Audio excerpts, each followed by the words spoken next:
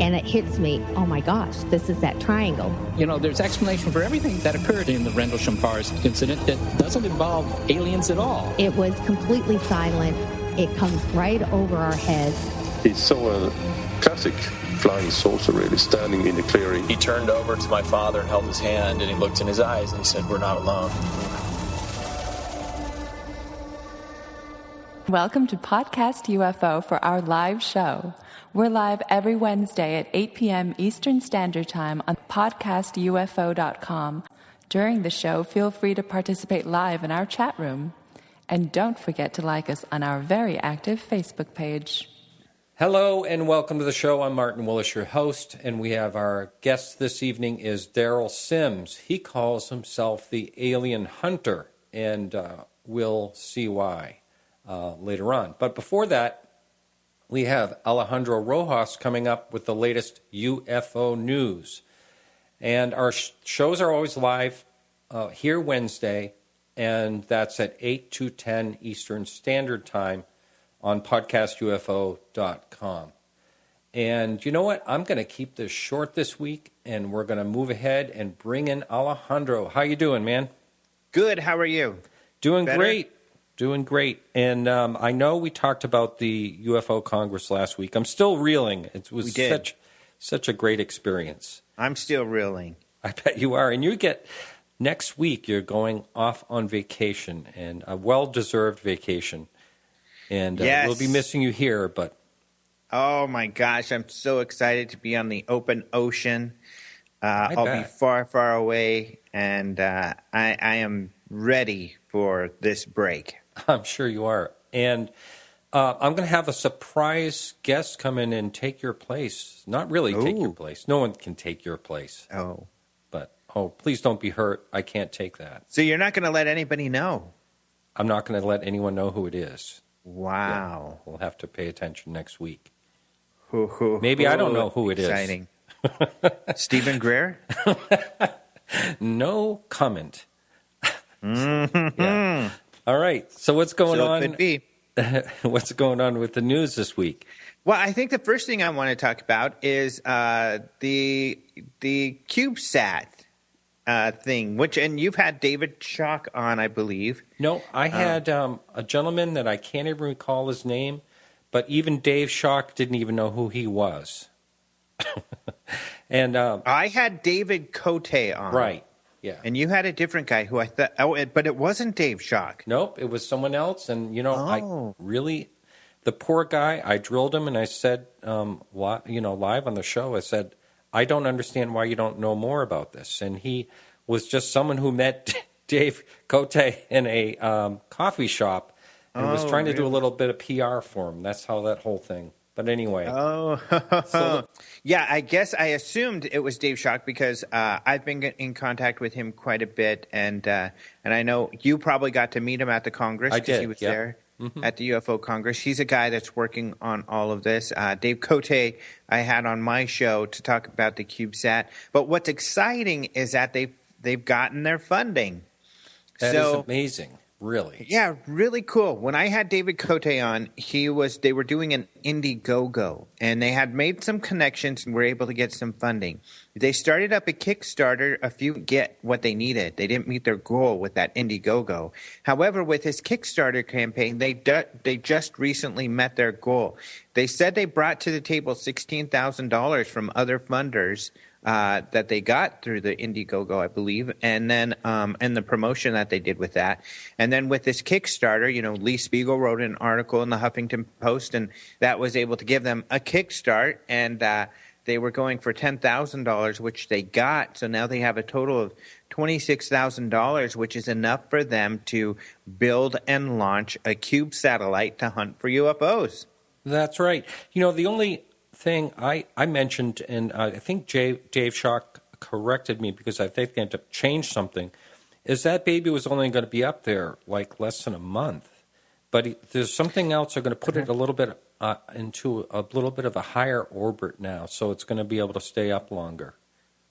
Yeah, so it's not going to be up that long. I know it's only a fixed amount of time. I thought it was longer than a month. I thought maybe around 3 or something like that. Yeah, I believe that's what it's now. It's going to be up there about that long. Right. Which I was surprised because I didn't realize that. It makes perfect sense. I mean, it's fun to talk about a UFO hunting satellite, and you think of like this little spaceship flying around looking for UFOs or something, but actually it's just a little metal box floating in space that unfortunately is still being pulled by Earth's gravity and will be pulled into orbit, and it will, or into the atmosphere, and it will disintegrate all of this money that people are giving in the Kickstarter. But in the meantime, you'll have a camera. I mean, really, it's a little metal cube up there with cameras looking around, and possibly a radiation monitor, and they're trying to get other devices like maybe a radar or something like that. So it's a really fun project, and I'm really excited that they got their funding and that it's actually going to happen. Some people question, well, is it really worth it? We've got cameras here on the ground. What do we need them up there for? But, I think it's worth it. One, it brings attention to the topic because they've gotten a lot of press for it.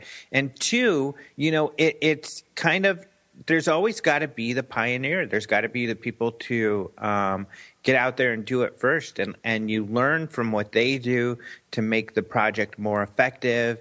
And I think it's going to be fun.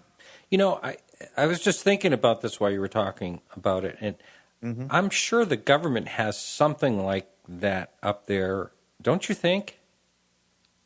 There's got to be a satellite that has some type of detection. I think we know they've got something called the space fence. They've got a lot of stuff. NORAD has typically been where they monitor this stuff, which is in Colorado Springs, actually, in Colorado. It used to be in a base over by where I lived in Aurora, Colorado, but now it's in Cheyenne Mountain underground, Peterson Air Force Base in that area. But they monitor everything, all the space junk and everything that's up there. Of course, they're not technically, or at least we don't know for sure, that they're looking for potential extraterrestrial aircraft, but I think they're looking for anything that could pose a threat, whatever that be, whether it come from here or there. So they definitely keep a close eye on everything in orbit. Yeah, I thought so. I mean, I just don't know what type of detection they have, but you're right. They know where the space junk is, so if they know where that is, they must. Yeah. They have a whole combination. They use satellites, and they also use but they've got a whole fleet. I mean, they've got a bunch of stuff. Space Command actually is people who, funny enough, I don't know if everybody knows this, Air Force does really have a group called Space Command that works with NORAD and everything that mostly is in charge of their fleet of satellites to do this sort of thing. But they also have large antenna arrays on the ground. And in fact, we had one out here, and I drove past it, funny enough, every day out just south of Phoenix here. But that one did close down because they upgraded the technology, essentially, and they didn't need these large antenna arrays on the ground anymore. And they were really weird. They're just random, this weird kind of metal fence it looked like. That was maybe that's why they called it a space fence. So it didn't look like anything too high tech, but that's what it did, monitor space. So, yeah. Yeah, no, this will be good because it's, civilian owned and monitored. Well, and and I'm not trying to make fun of people who believe in this sort of thing. We talked about Stephen Greer. If some of you people who may feel that you can meditate and connect with them, tell them to come and say hi to the CubeSat, a perfect chance for a photo opportunity. It's going to be in space, so hopefully it'll be a little safer for them to zoom by and say hi. Yeah, maybe they can do like some type of remote viewing thing or something. Mm-hmm. Who knows? But, yeah, that'd be fun. All makes sense to me. Yeah, good. Yeah. So what else is happening? We've got another one. This is a guy from, a couple of other stories out there, but this one is a staff sergeant in North Dakota. And he is retired, and he says that in 1984 he had a sighting. from the Grand Forks Air Force Base, and he's just submitting this now. He said the craft was hovering above a telephone pole. He watched it. He said it was about 75 to 100 feet across the highway. It was stationary, and he didn't know what it was. So this is kind of interesting. He said he had serviced aircraft, but he did not know what the heck this thing was. It was 25 feet long with a narrow body with wings swept forward, he said. He watched it for 15 minutes until it left flying west at a high angle and disappeared in 5 seconds. So this is kind of an interesting case that was submitted by Roger Marsh, a MUFON case. And, yeah, that's a kind of an exciting one. You wonder why someone takes so long to report something.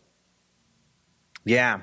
You know, I mean, maybe it has to do with them like watching Hangar One or something on TV and say, hey, you know, I didn't know I could report that. Maybe I will. I don't know. I think that's exactly right. You know, I think that people see these shows or they come across this, you know, especially with MUFON, they finally come across a place where they can report it, and they didn't know there was such a place before.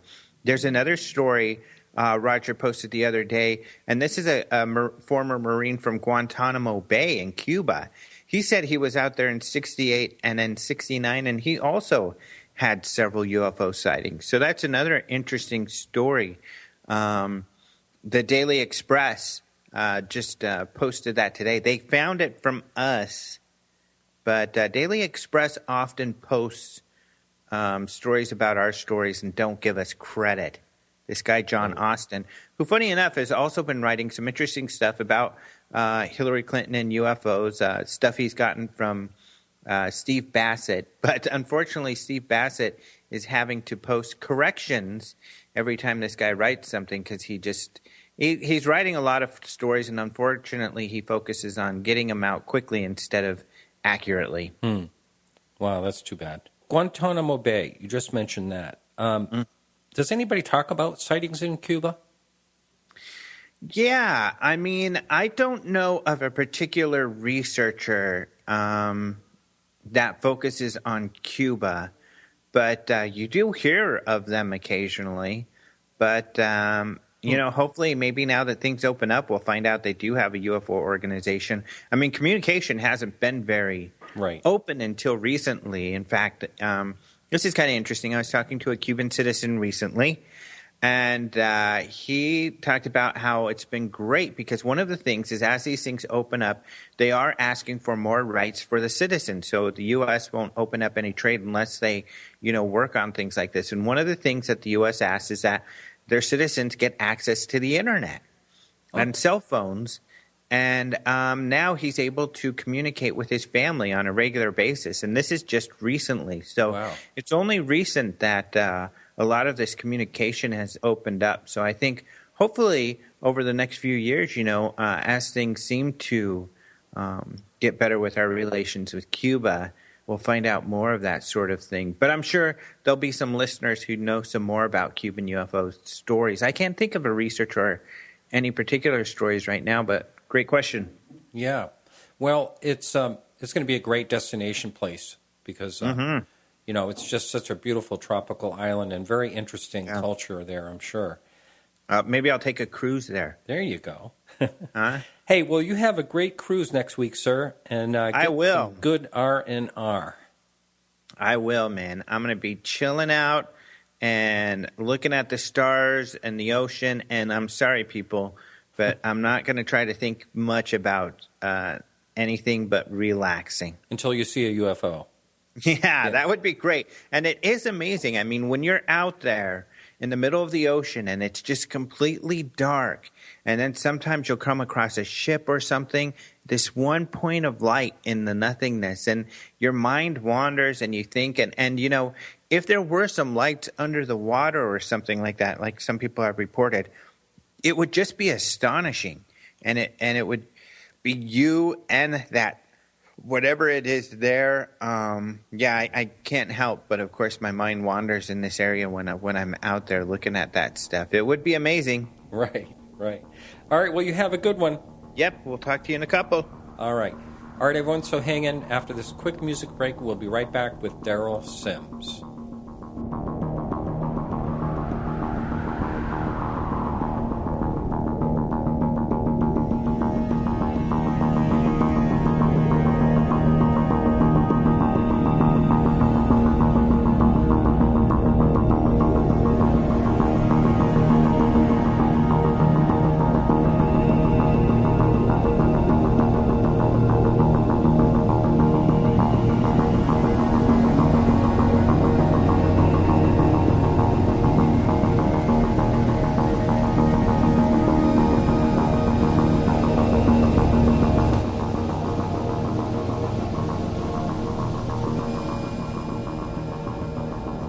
Derrel Sims, welcome to the show. How you doing? Good. Great. Thanks for joining us. I'm hearing a little bit of feedback, unfortunately. Can you turn down the volume of the speakers, please? I will right now. Yeah, this wasn't doing it when we did a sound check. But anyway, why don't you tell the listening audience, again, welcome to the show.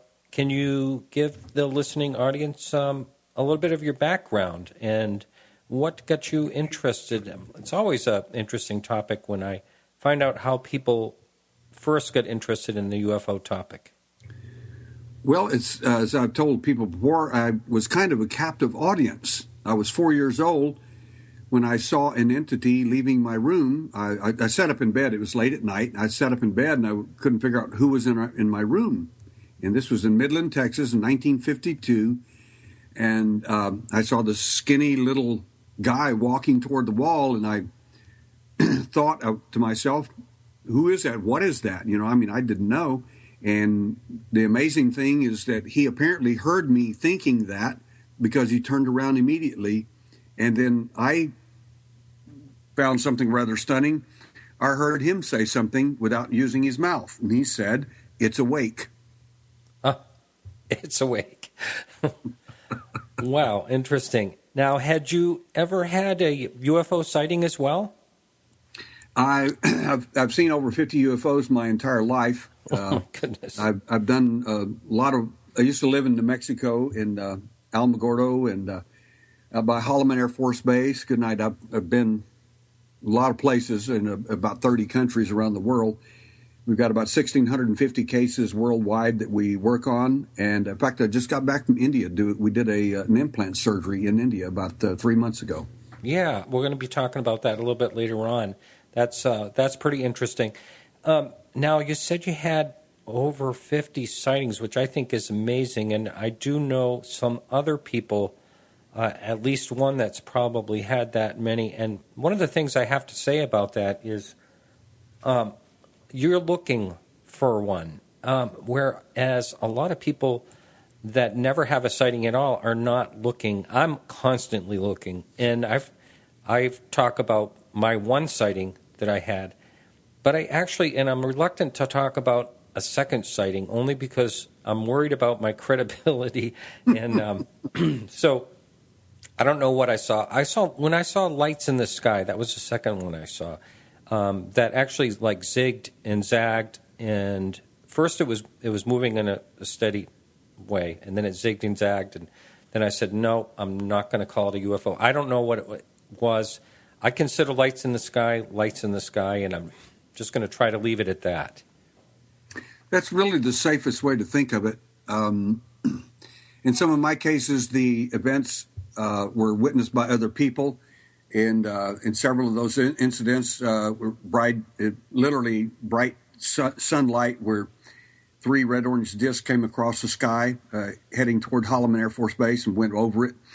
One time my wife, who was, when she was a kid in Alamogordo, New Mexico, for about 16 years old, saw a UFO, metallic, hanging out in the sky out about 2 miles outside of town. A lot of people saw it, watched it for 2 or 3 hours, and she finally got bored and went back inside. Yes, I talked to someone in Russia that saw what sounded like, I've heard people call them a probe or a drone, this thing, they said it looked just like the size of a washing machine, and it was spinning. and it just sat above the sky, and it was 4 hours. They came out, looked at it, got all the neighbors out to look at it with the binoculars, the whole thing. But eventually, they all just got bored and went inside. So it's kind of funny. I mean, I don't know if I would. I think I would just watch it until something else happened. Get some popcorn if I had to. If I had seen the UFO, I guarantee you I'd have been watching it a little longer during that circumstance. But she was just finally got bored. She said it just sat there forever, and they couldn't figure out what it was all about, so they just went inside, and that was it. Yeah, on the message. She's not an abductee or anything like that. On the message board, someone wrote, 16-year-olds have a short attention span, which is very true. Today, they'd be glued to their iPhone. And speaking of message board, if you are listening live, you are welcome to jump in. Our message board just takes 2 clicks to get in there. You can change your profile name, have an image, whatever you want to do. So, Derrel, this began young with you. Did you have other encounters all your life growing up? I did. I had encounters only from the age of about 4.5 till age 17, where my events ended very violently. And after that, that was it. I never had another event. Wow. Can you talk about that? Ended violently? The last one was pretty scary.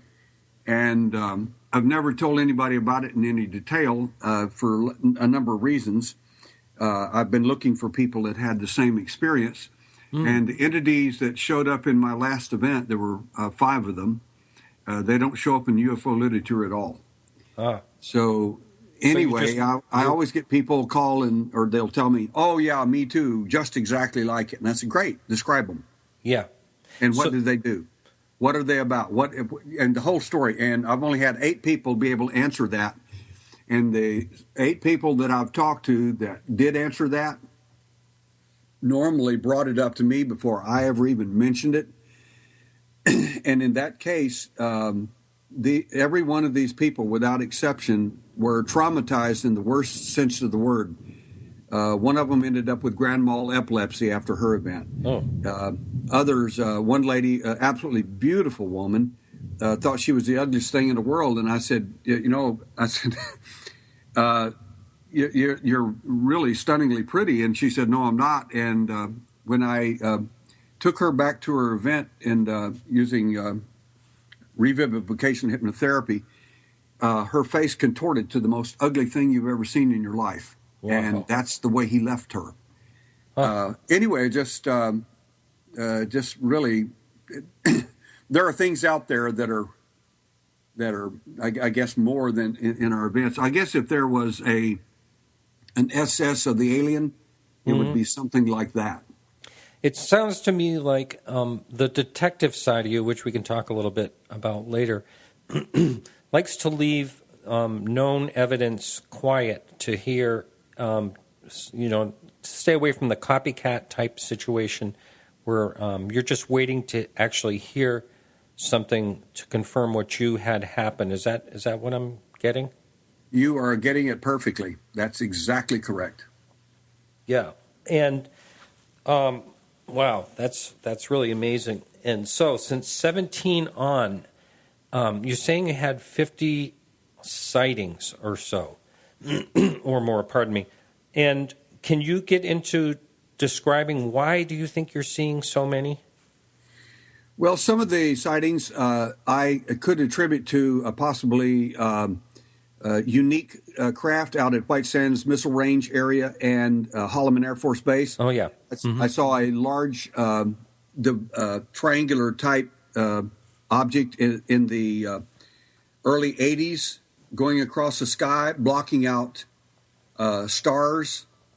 And it was probably the size of a triangular postage stamp, if there was one, at an arm's distance. So it was pretty large, and it had an orange trail of spent fuel, I guess, behind it.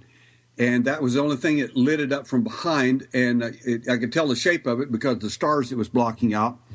But the most interesting thing to me, what just floored me, was it never made a sound. Yes. I have to tell you, that's for my own personal sighting, the one I often talk about, that got me really interested in the subject. That was absolutely the number one thing that shocked me, is I just couldn't believe this thing was moving without making any sound, and how it could be stationary and then move again and nothing. And that really is, it doesn't fit our paradigm, and it just doesn't fit our normal reality. So it's really hard to take. Well, you're so right. One time we were at our home outside Alamogordo, and my mother called me, and she said, "Come look at this. There's a strange light out here." And up near the mountain, which is in front of our home, out in the edge of the desert, to the mountains, there was a cigar-shaped craft, similar to the, and I hate to use this term, the old cigar-type craft that some of these wackos used to report all the time and fake photographs of. And there it was, and cars were stopped out on the highway. We could see them at the highway, completely stopped, lined up, watching this thing. It was just sitting up there, and it would move around a little bit, stop, and go back and forth. And it was definitely not a helicopter, never made a sound. And there probably were 30, 40 witnesses that night to that entire event. Yeah, wow. Yeah, it's funny you mentioned earlier this triangular craft. You didn't hear too much of that. I know Dave Marler did a really good book about that and talks about how many of the triangle sightings there were, but I had never heard of anyone talking about triangles back in the 1980s, but I'm sure they happened, yours happened, and then I know they do go all the way back to the 1800s, but the cigar shape is one you hear of, and I remember hearing a ufologist from somewhere in Massachusetts told me that he thought that cigar-shaped ones were just simply discs on their side, but I disagree with that after talking to a number of people. One mentioned that he even saw portholes, pardon me, on one.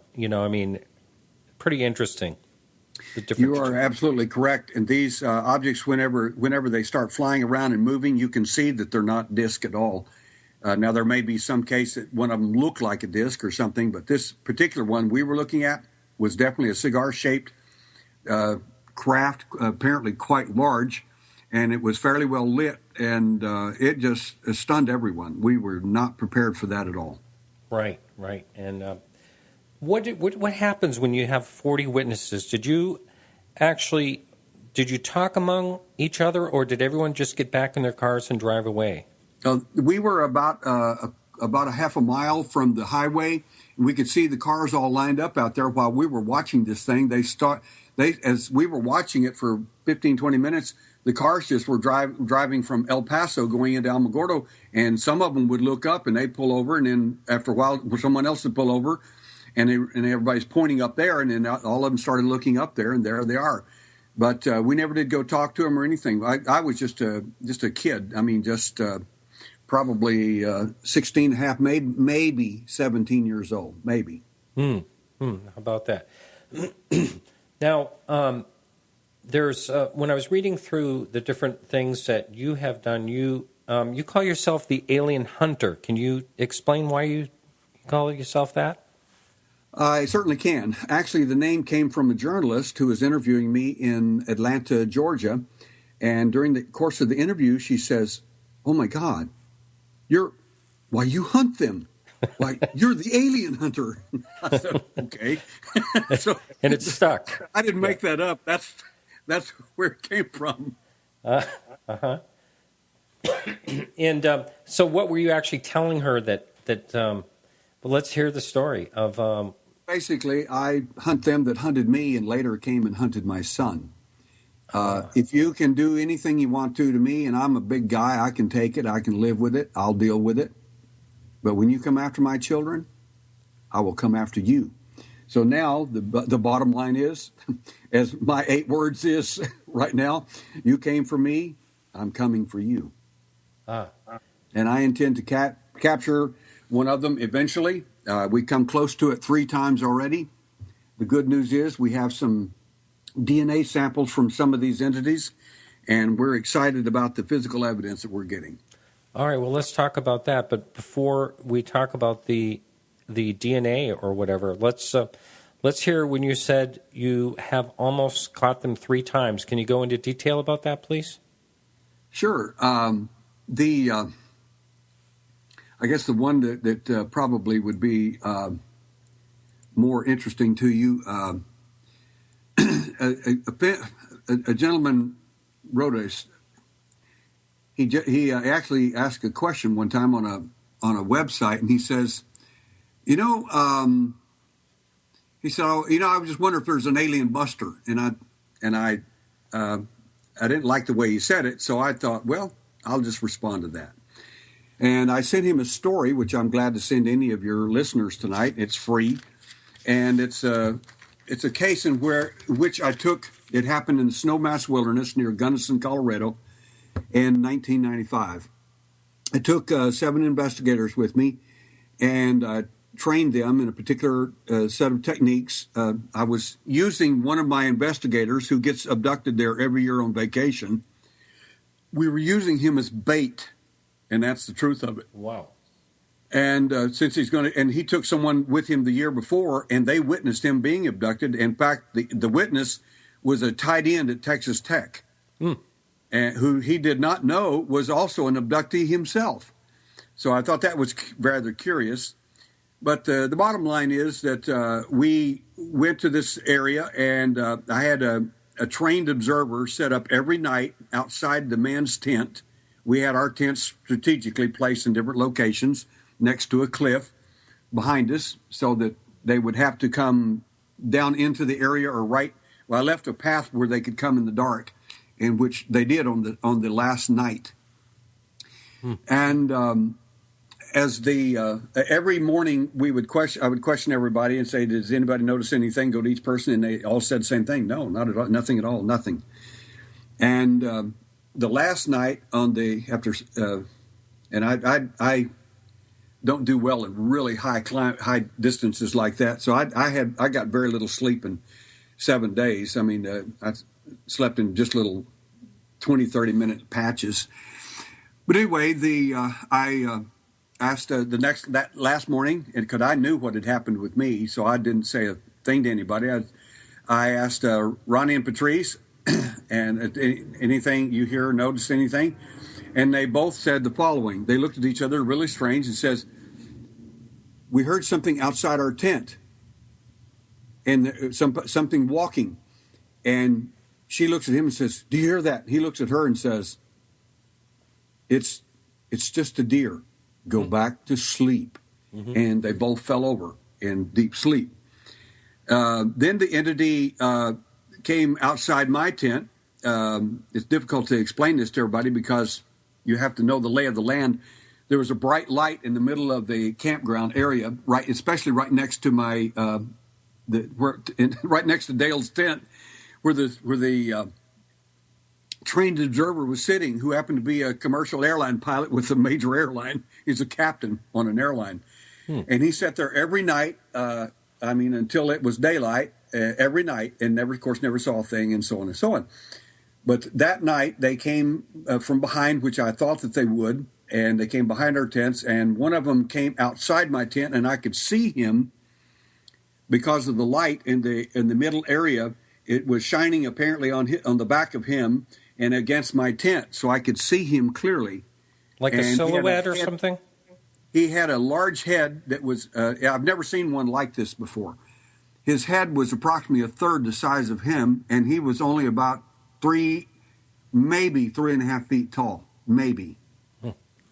I've never seen one like that, ever. And what I did remember, though, about my events was the way they communicated mentally, and I thought, this is a great opportunity for me to figure out something, see if anything works or not, since I'm conscious and not abducted.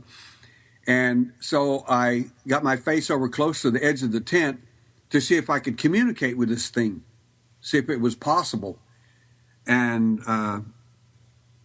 sure enough, I was, and I was absolutely stunned at the, and this may offend some of our listeners, at the lack of his intelligence. These little guys have an IQ of about 80 to 85. That's about the IQ of a moron. And as a result, whenever they bring you back from some of these events, people find out that they get their clothes on backwards. They get your wrong shoes on the wrong feet. They may put you in the wrong bed, or if you're on the couch, you may end up in the bed. In some cases, people end up outside their house, even though they had a double tumbler lock. What that means is you have to have keys to get in and keys to get out. And the keys were inside the house. In one case, we had my senior investigator got abducted with his friend, again on one of these trips, and they picked him up, truck and all, in Fort Collins on the road, and they dropped him off in Dalhart, Texas, truck and all, with the wrong guy driving the truck. Jeez. Wow. Now, you just mentioned the IQ, and of course, the first thought that comes to mind, well, if that's so, then how did they travel the stars, and how did they get here, and how do they communicate non-verbally, and blah, blah, blah. But I can also hear a possible reply that this is a sort of a drone that's or something like that that's working. What is your take on why something like that could be here and have not a high intelligence? Well, let me back up to my last event, my first event at age 4.5, whatever my age was then, little tiny guy, and say this. Whenever the entity heard me and turned around, as all little kids would do, if you walk into the room nude, they're going to look at whatever's nude. And I noticed that he didn't have a TT, he didn't have a belly button, and he didn't have mammary glands of any kind. And I was sitting there stunned in my little bed, wondering, where's the rest of this guy? I mean, what is this? How come he was not like us? I couldn't understand that. And after investigating for nearly 40 years now, I realized if you don't have genitalia, you don't procreate. If you don't have a navel or belly button, so to speak, you weren't born. So you were either hatched, cloned, manufactured, or made. And in my opinion, the 7 primary entities we're looking at, the so-called little gray, the taller gray that's often called the doctor or the boss, the reptile, the praying mantis, and the so-called Bigfoot, these particular entities, in my opinion, and this is based on a lot of research and not something I dreamed up or wanted to come up with. This is the answer at this point. This is what my thinking is at this point. These are models made, hatched, cloned, or manufactured for the purpose of interaction with mankind. Now, was this a question? We have a number of questions up on the message board. Was this entity in particular wearing any type of suit or anything? Did you actually see him out from the tent? The entity that I saw outside the tent did not appear to have any clothing on, because I'm looking at him through he's a shadow on the side of my tent. He's standing right next to the tent, to the edge of the tent. And he did not appear to have any clothing on whatsoever. Many of them do not. The ones that do have clothing on, in most cases, this appears to be some type of rank or position among them. How about that? Now, again, I mentioned earlier that we have a message board and people are in there now asking questions. And Matthew wants to know, how did the discovery of alien fluorescence come to be? Oh, great question. Well, you got some great people in there. Oh, yeah. Fluorescence was found by me in 1992. In 1992, I was working with this lady that I mentioned to you that thought she was really ugly, but yes, was actually quite beautiful. Mm-hmm. And while I was interviewing her, I said, "May I examine your exposed face, arms, and so on?" She said, "Of course." And I pulled out a black light and started checking her exposed arms and face and neck. And on the inside of her arm, as I lifted it up, there was a Mandelbrot set. A Mandelbrot set, for those that may not know about that, it's a mathematical construct that kind of looks like a heart. and it was bright blue, and its meaning has a description mathematically of order and chaos. And that was on the inside of her arm. And when she saw that, and when I saw it, me and the other investigator were just sitting there scratching our heads like, can you believe this? And as we looked at it, she went to the bathroom and started scrubbing it. She reminded me of a rape victim, how they will wash themselves and wash and trying to get whatever off of them. And the more she scrubbed, of course, the brighter it got because it won't come off. The fluorescence will penetrate your skin on contact if it's the real stuff. The real stuff being something like a sweat-like material that the alien exudes when he touches you. In other words, if he physically takes you in an event, grabs your hand or you grab his hand or arm or whatever, it's likely that you're going to find fluorescence on you in the shape of 3 long fingers or something like that. And that's what we call casual contact. We find other marks in fluorescence on people in rare cases that are procedural markings, and those have to do with they actually put something on you on purpose. Wow. And you mentioned in your bio, I saw that you were one of the, it says that you had some groundbreaking discoveries in as far as implants go? That is true. We've got some pretty startling things that we're finding about the implants, and we're doing some pretty private stuff right now because we've got some testing that we're wanting to do, and several people that we're doing it with. One of the things that we, of course, how I found implants originally was in 1960. And how I discovered that wasn't because of any brilliance or anything like that. It had to do with the fact that I was 12 years old and strangely heard my mother's voice saying to go outside and look at the new star in the Pentine. Now, the Pentine is a nonsensical thing, but it was amazing that I knew what it was. It was a star system in my thinking, and it was just amazing. My mother and dad were on the other end of the house, and there's no way I could hear her perfectly, just like we're talking right here. And I sat up instantly in bed, completely wide awake, walked outside, saw a very bright light on the horizon, and obviously, and of course, there was Mars and Venus and everything else out there, and you'd see the stars and these planets very well, and this very bright light on the horizon, and I kept looking at it, thinking, why is it getting bigger? It never occurred to me it's coming toward me. And at 12 years old, you just kind of look at the light, and it was kind of like the movie Phenomenon. The guy kept looking at it, and boom, all of a sudden, next thing I know, I'm inside a circular room lying on a I call it the slab. It's a cold table that was elevated about 11 degrees, and I saw my captor over there who always picks me up. You can recognize if there's a million of them, even though they look the same, you will easily identify yours. Now, I have no idea because they all look the same to me. I mean, every one of them. But I knew he was there. I saw him, and I could also see somebody bigger than him that seemed to be in charge. He was quite nasty little guy.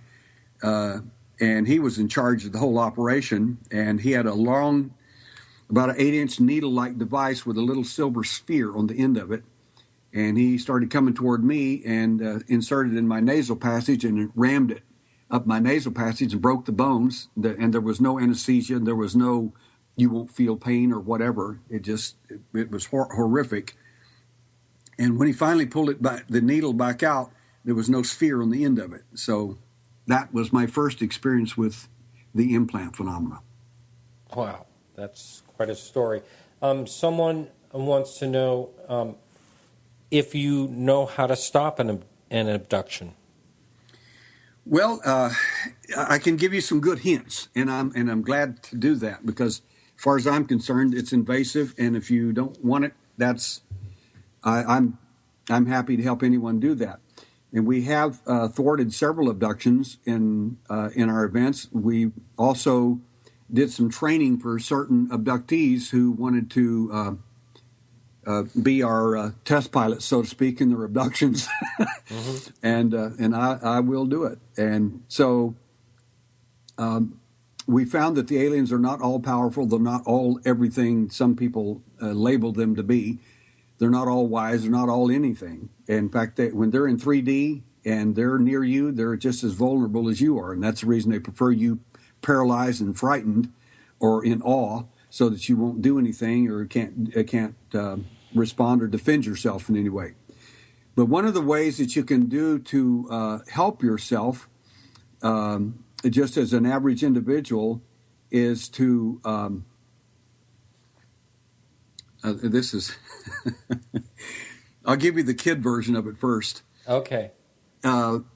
Sometimes we have children that parents come to me and they're just beside themselves and sometimes in tears, saying, my kid keeps telling me about these abductions and how they keep taking them, and I don't know what to do. And I said, actually, it's often true that when people grow up after their events or as they get older, they get where they dislike or can't stand one of their parents because they think they never protected them. And this is what one of these parents said. They said, well, we're worried about our kid and we don't know what to do. I mean, just a small kid. What can I do? And I said, this is going to be very simplistic and almost amusing, really. I said, but you'll find that it's very effective against the small gray. And she says, please tell me what it is. And I said, have your kid. I said, if they've never seen the Mickey Mouse show, the old version, have them watch it just to learn the song. It doesn't matter what song you use, but that one's kind of fun because it's nonsensical. It goes on forever and ever and ever. And she says, okay, how do you do it? And I said, you just have them sing, or any song, it doesn't matter. MICKEY MOUSE, and you sing it, and every time they try to focus on you and get you to on fear or awe or whatever their program is they're going to try to run on you, don't ever let up. Just keep doing it, keep singing it until next thing you know, you're in your room and you're still singing. Your parents may come in and wonder, what are you singing in your room for? Because you never made it out, or they finally just give up on you because you drive them nuts. They're not that smart anyway. You can imagine listening to somebody singing that over and over and over. You can't get through to them. You can't control them at that point. So that's a useful technique I love to use for small children. And when I was filming with my other three co-stars in Uncovering Aliens, the TV show that we started for a series, in that one, a young girl about 16 had a little baseball bat she kept beside her bed. And I said, young lady, you're going to need a bigger bat. And what I really meant was you need something better than that because it's highly unlikely that you're going to be able to use something like that unless you know what you're doing. But using nonsensical terms and focusing yourself in such a way that they cannot access your brain. That is a huge thing to know about the alien.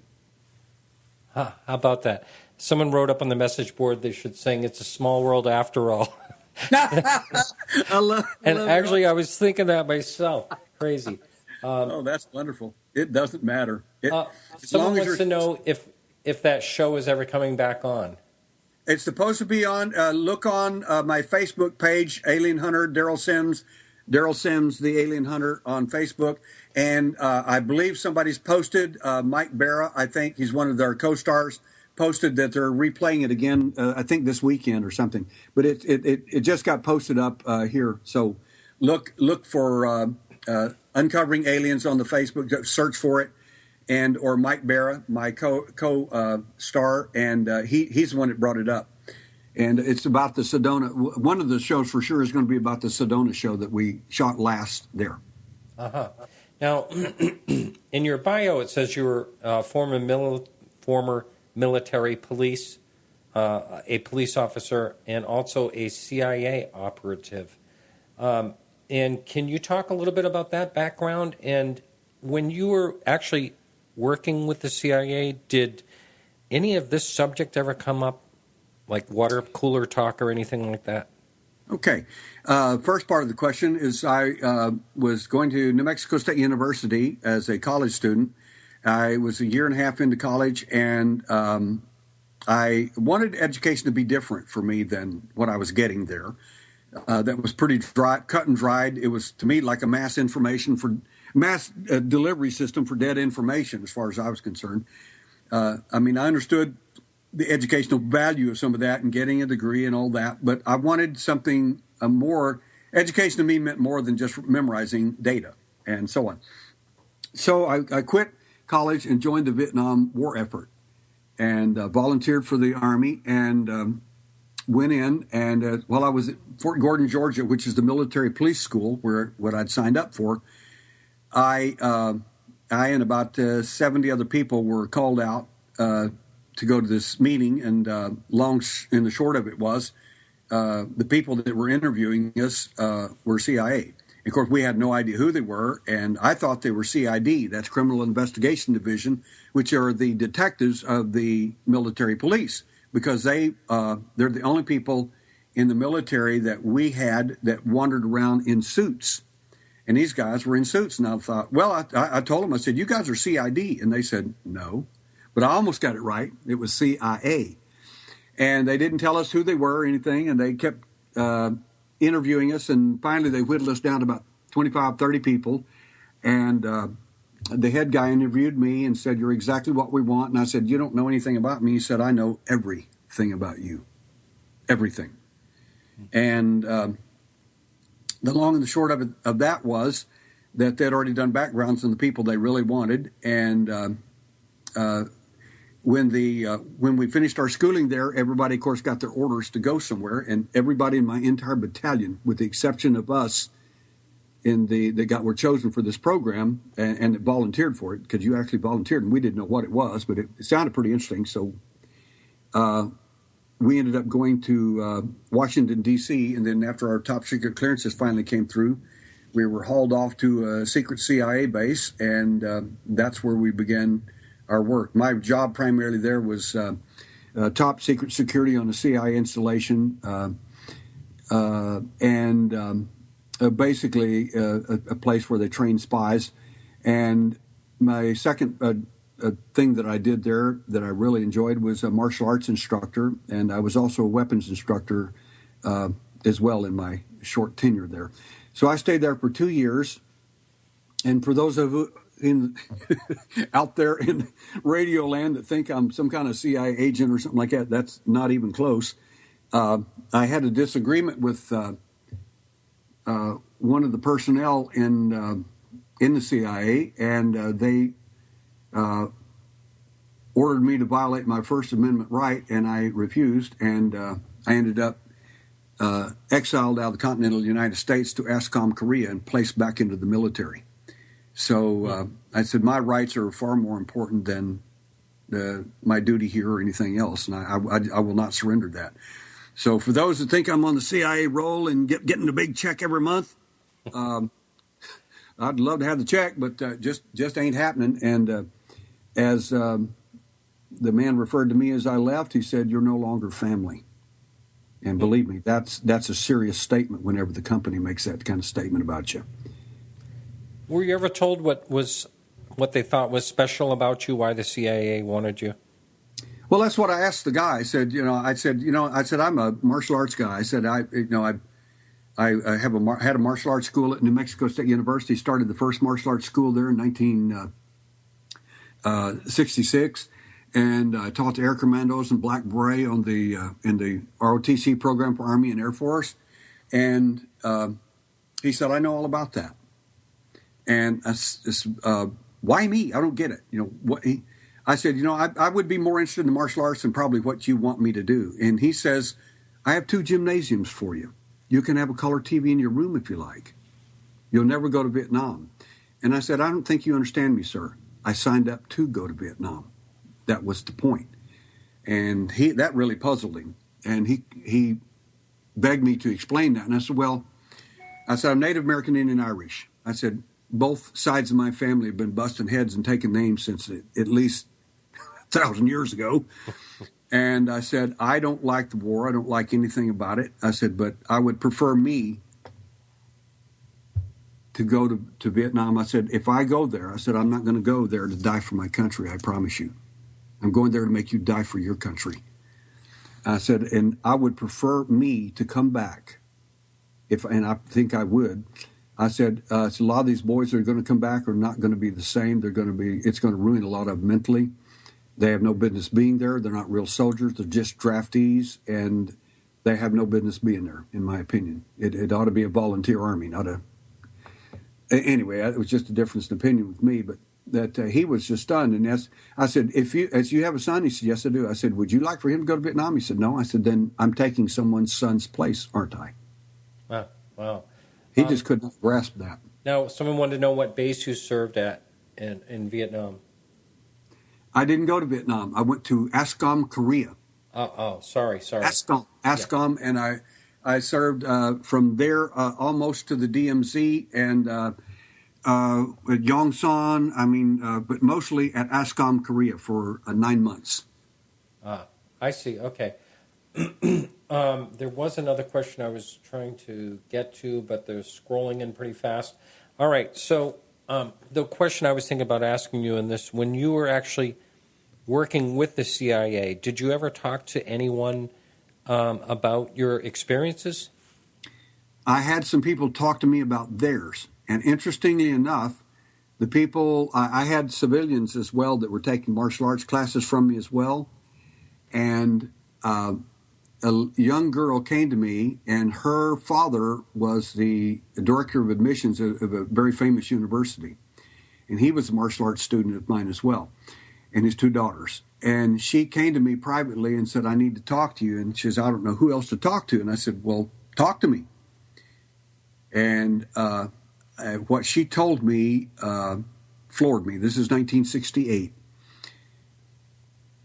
She said, Mr. Sims, and sensei is what she called me. It means honorable teacher in Japanese. Mm-hmm. She says, sensei, and she broke down and started crying. She says, this strange purple light came into my room, shimmering and everything. Of course, she didn't realize that is an entity in transit. And at the time, I didn't know that either. I tried to console her with some stupid statements like, oh, it was just a bad dream, or it'll go away. When you're talking to an abductee, that's one of the worst things you could ever say to them. It's not a bad dream. It's a nightmare, but not a bad dream. It's a real event. And I said, it's over now, and that's okay. And she looked at me and just cried even more, and she said it came back. And I said, I'm going to tell you something, young lady. I said, if it ever comes back again, you call me 24/7, anytime, I don't care. I gave her my private number on the base. I said, you call me, and I will come out there immediately, and I'll bring out one of my people, and I'll come there to your home. And I said, I know your dad very well. He'll welcome us in an instant. So that was my first introduction to an abductee in the CIA. The idea that some people have an idea that everybody in the government knows UFOs. They don't know anything. Trust me on this. The government is dumb. Those folks can't even, they can't get your Social Security numbers. They can't do a lot of things correct. And I'm not picking on anybody. I'm telling you the gospel truth. The fact is that a cabal inside the Office of Naval Investigations and the Air Force and Central Intelligence Agency, NSA, and so on, these are the ones who know. But if you walk up to the front door, and there's no front door there for you to walk up to. If you walk up to the front gate at Langley and tell them, I'm here to ask questions about UFOs, they'll just turn you right back around and think you're nuts. You know why? Because they think you are. They don't have a clue what you're talking about, not even a clue. So the idea that the government knows all of it and we don't know anything, that's just not true. Only a portion of the government knows that, and they're never going to tell you. They're not elected people, and they don't have to tell anybody anything, and they hide it even from presidents as much as they can. Wow. We have a number of questions up. It said, did you say that you lectured to 250 surgeons, or did someone get that somewhere on your bio or something? I did. I was when I was having this interview with this lady that called me the alien hunter, I got a phone call that night after the conference, and this gentleman called. It was an MD, a doctor friend of mine. He says, "Hey, Derrel," and I said, "Well, hi, Doc." He said, "How'd you like to come speak to a bunch of doctors?" And I said, "About what?" And he said, "About UFOs, of course, whatever you want." And I said, "Oh my!" And I said, "How many?" He said, "About 250, John Muir Medical Hospital." And I said, "Okay, deal, done." And he said, "This is a paid position. It's an AMA-sponsored program on continuing education for these doctors. What would you like the subject to be?" And I said, "Medical complications of alleged human-alien contact, implants." And that was the first presentation. Even John Mack admitted. He said, he said, "I'm an MD." He was a psychiatrist, of course. He said, I never lectured to doctors like that. And I said, it was a paid position. They paid me $300 for the presentation, for an hour presentation. And 3 doctors were so impressed with it, they came on board to help us. Oh, really? Wow, isn't that something? It was amazing. Wow. I still have the video of that. Some people filmed it for me. The doctor was just, he loved every minute of it. He said, I just think this is great. I said, they're probably going to hate you for this, but they didn't. Ah, wow. Pardon me. Hang on just a minute. I'm going to be putting you on a hold just for a second. I've been trying to figure out my phone and had trouble, but I'll be right back to you in just 1 minute, okay? So hang in there, Derrel. I'll be right back. Hello, caller. Hello. Is this the UFO show? Alejandro, how are you? How are you? Good. Thanks for calling in. Hey, I hope you don't mind. I wanted to remind people about something, or let them know for the first time, because they might not even know. All right, go ahead. Okay, yeah. So tomorrow night, there's a special screening of the Phoenix Incident movie. So that was the movie that was showed at the conference. I don't think you got to it. You were a busy No, I didn't. guy. No. But, yeah, so tomorrow night, they can check fathomevents.com or the Phoenix Incident website. And what's cool is they're going to show the movie, and this is at theaters all across the country. And after the movie, they're going to show a 45-minute roundtable with myself, Nick Pope, Stanton Friedman, Lee Spiegel, and the movie maker Keith Aram, where we kind of talk about the fact and the fiction about the Phoenix lights. And what's going to be fun is people are going to watch this movie, and I think they're going to be freaked out to know that, you know, a lot of what's in the movie, although it's fiction, but a lot of it is like real, like, you know, the alleged dogfights with UFOs and stuff like that. All right. Excellent. Well, hey, do you have anything to say to Derrel? Now, Derrel, I'm having trouble Derrel, with my... how's it going? I'm having trouble with my phone system, and I can only take a call and put him on hold. So he's waiting. So I'll just tell him you said hi. Okay. Well, Derrel's a great guy. I love him. Have fun. All right. All right, Alejandro. Have a great cruise. Okay. Thanks, man. Talk to you later. Talk to you later. Derrel, can you hear me? I can hear you fine, Martin. Yeah. Okay. Sorry about that.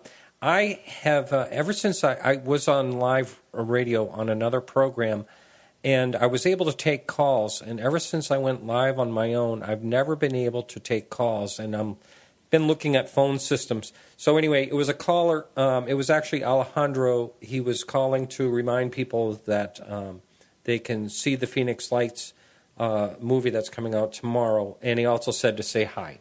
So awesome. I love that guy. Isn't he great? I just loved listening to you two banter back and forth and talk about the satellite stuff. We have time, I'll mention something about that too, but I just think he's a great guy. Great guy. He is. And go ahead if you want to mention something about the satellite. You know something about that? Well, I do. One of our people is a DSP satellite specialist. DSP means Defense Systems Programs. And when I first met him, there were 18 geosynchronous satellites traveling around the Earth. And these are the satellites on the program called Enemy of the State. In other words, if you hold your watch real steady and the satellite goes over, it can actually read your watch. Now, the interesting thing is that is not classified. It's the stuff you didn't hear that is classified. Jeez. And anyway, long story short, I was at speaking at a conference years ago in L.A., And I met this guy. He walked out, a real big guy, and he walks out and says, "Can I speak to you, sir?" And I said, "Of course." He said, "I understand how you look for evidence in the visible light. You look for bumps, lumps, cuts, scrapes, scars, and cuts on these people. I get that." But he said, "You were talking about looking at things in infrared and the ultraviolet range. Why would you do that? Why would you look in the invisible range?" And I said, "Fasten your seatbelt." And he said, "Okay." I said, "The alien sees in infrared, ultraviolet, visible light, and X-ray all at the same time." I wouldn't doubt that. I mean, as the human eye sees so little of the spectrum. I forget what the percentage is, but when I read it somewhere, I'm thinking, my God, we just see so little. No wonder when you're using different, like night vision or anything like that, people seem to see more. Now, there's this guy named Dr. Santilli. He's Italian. I've actually spoken with him. He's invented a convex, a concave lens in a telescope, and claims that he can see, entities and things. And yes, really interesting. And he's taking a lot of hits from the science community, but he's got a foundation, and he's I guess he has a lot of funding, and he's been working quite hard on this for quite some time. And he's a respected scientist, but again, he's anytime anyone rocks the boat of, the paradigm that's current, they're looking for trouble, really. Yeah, they'll railroad him out of there. I'm familiar with that, but the DSP thing, that the reason he mentioned this to me, he mentioned he had a top secret clearance, and I said, "So do I." And he said, "Would you like to come over to dinner at my home tonight? I'd like to talk to you." And I said, "Okay." And he looked at me and said, "You realize the DSP satellite has the same three eyes that you use, the infrared, the ultraviolet, and visible light." And I said, "Has the DSP satellite ever seen a flying saucer?" He said, "There are no such thing as flying saucers. Don't ever use those words around me." I said, "Okay." I said, "If I use the word fast walker or slow walker?" He said, "No, we see those all the time." I said, "If I use the word flying saucer, would it be synonymous with fast walker and slow walker to you?" And he said, "I can neither confirm nor deny that," which means yes, of course. But the fact is, I said, "Are you trying to tell me that the DSP satellite systems has a log and a record of every ascension, declination of every event that's happened with fast and slow walkers on this planet since their inception?" He smiled and said, "Absolutely." I said, "You're telling me, in effect, the United States government has prima facie evidence of every contact event with a UFO, where it went, where it stopped, basically at your house, so to speak, and they know." And he said, "That would be correct." Wow. We have some questions up here, and one of them is: do you know if is anyone else taking the reins of Dr. Roger Lear and actually doing surgeries? You said something about one in India. No. Well, I'd like to maybe correct the record a little bit. Sure. Roger started under me. I see. Now, he was a podiatrist, right? He was a foot doctor. So he only did one surgery on the foot, and the rest of them he did not do at all. He claimed to do that, and he didn't. We always hired an MD to do these. I see. And he would position himself with his gloves and everything like he was doing something. I hate to say this is awful, but he did that to make everybody think he was the implant doctor. And the fact is, it's just not true. I see. I've actually spoken to him when he was alive. Seemed like a wonderful gentleman, but we don't really need to focus on that. But I do want to know what someone wanted to ask. First of all, do you still have that implant that you may have had, that sphere that went up in your nasal cavity? And if so, did you ever get it X-rayed or anything? No, they came back and got the sphere later. It's best of my information. However, I have a lady that came to the first Native American Indian abduction conference we ever had in Wagner, South Dakota, and she attended my workshop on how to find evidence. And a few weeks later, she called me and said, "Oh, Mr. Sims, my little girl kept saying, Mommy, there's a strange bug-eyed little man that put some things in my nose." And she said, "What do I do?" And I said, "Have her sneeze in a Kleenex, like I showed you." And she did. And she found 4 little gold spheres about the size of a pinhead. And she lost the first 4. They fell out of her hand. They were so small she never recovered them in the carpet. And I said, "You get down there and cut that carpet out and send it to me." And she said, "I vacuumed it at least a dozen times already." And I said, "You're just like every other abductee I know out there. Most of you destroy or your own evidence or simply ignore it. It's part of your programming." A few weeks later, the little girl claimed the same thing, that they had come back and done something in her nose again. The mother had her sneeze in the Kleenex, found 4 more of them, and put them in a baggie and sent them to me. I did have them looked at under the care of Dr. Nick Balakis at York University. Nick, I told him I didn't want an assistant. I said, "I want a full professor looking at this stuff." And I said, I'm not predisposed to, it has to be quote unquote alien. I just want to know what it is. And the professor I talked to says, "Well, I can tell you right now," he said, "if I can replicate it, I guarantee it's not alien." I said, "I don't care what it is or isn't. I just want to know what it is." And after doing his testing for some time, he called me back privately and said, "I can't replicate this thing. It looks like a little tiny moon with craters all over it." I said, "It does." And he said, "It's about the size of a pinhead." And I said, "That is correct." And he got real amazing for this professor to say the things he did. He said, "What do you think they did with this? Why would they put it in her nose?" And I said, "Are you sure you want to hear this stuff?" He said, "I do." And I said, "Well, I'm going to use the term medication as an illustration." I said, "But the fact is, medication is not a correct word, but it's a term that we can use to kind of describe it, so to speak." And he says, "Agreed."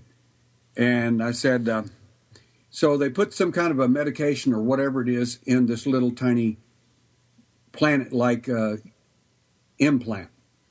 And it's in the nasal passage. I said, with the little craters in there, you're going to have deeper depths of this substance than in other locations. So she's going to get a bigger dose of it. Sometimes it's going to last over a period of time.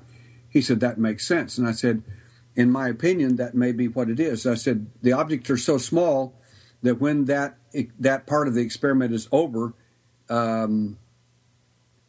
she would sneeze them out and not even know. They're so small, unless you're looking for them, you would never, ever even see them or feel them." So we did have that studied. And I said, "What did you find out?" And he said, "They're 49% gold and 51% silver. So our next testing that we need to do on that is isotopic ratio testing to find out if the metals of gold and silver are off-world or not." Now, there's just so many elements most likely out there, and certainly gold and silver are most likely on other planets, I would imagine, just as a composition of elements that are found so abundantly here. Someone wanted to know on the message board, who pays for this analysis? Good point. Thank you for volunteering for my let's pay the bill. I pay for it myself. I am a small real estate investor, and I normally keep my family broke most of the time doing this stuff because our work is philanthropic. I have never charged abductees any money for their surgeries, for the paper they write on, for the hypnotic anesthesia I may do with them in the operating room. They pay for nothing. Our work is completely philanthropic. If I went through this, I just can't imagine charging people for the very same thing that I went through. I don't mind people who do. A lot of abduction people do charge people for it and so on, for different things, hypnosis and so on. I just don't do that. Now, what is this hypnotic anesthesia? Can you talk a little bit about that? Certainly. I am I was just speaking at a conference in Washington State this last weekend, which we did real well. They doubled the attendance. And a lady asked me, and she came up and said, I'm a hypnotherapist. And I said, okay. She said, so what are you? And I said, well, we don't know, but it's growing at an alarming rate. And I said, well, actually, I'm a master hypnotherapist for one. She said, what's that? And I said, you know the person that certified you? And she said, yes. I said, that'd be somebody like me. I said, so I certify people in hypnotherapy. I said, number two, I'm a medical hypnotherapist, which means I'm qualified to take care of people on a medical level with hypnotherapy. And three, I'm a hypnotic anesthesia therapist. And she says, what's that? And I said, when a lot of these people with implants, as an example, goes to surgery, I'll do hypnotic anesthesia with them so that they don't have to have a local or a general anesthetic if they choose not to, if I work with them. Or a minimum of it, whatever they choose. The least that I'll do is to give them healing suggestions, and they will normally heal up about 3 to 5 times faster than in a normal surgery. Now, would an MD actually use hypnotic anesthetic? Has anyone used that in an operating room? Yeah. I'll give you 2 examples. I was doing one surgery. And Whitley Strieber was there, and a bunch of other people were watching. And I was using full hypnotic anesthesia with this individual. And of course, now the TV people, they insure themselves to the hilt, and so they hired a full anesthesia doctor, anesthesiologist, to be right there behind me with all her equipment. And we're walking down. The lady, the anesthesiologist, is walking with me to where the patient's at. We're getting ready to prep the patient, and she starts smarting off and says, who do you think you are? Think you can just do hypnosis on somebody and anesthetize them? I'm an anesthesiologist, blah, blah, blah. I said, listen to me, young lady. I said, I'm paying your salary here. You just get over there with your equipment and just be quiet. I'll tell you what to do.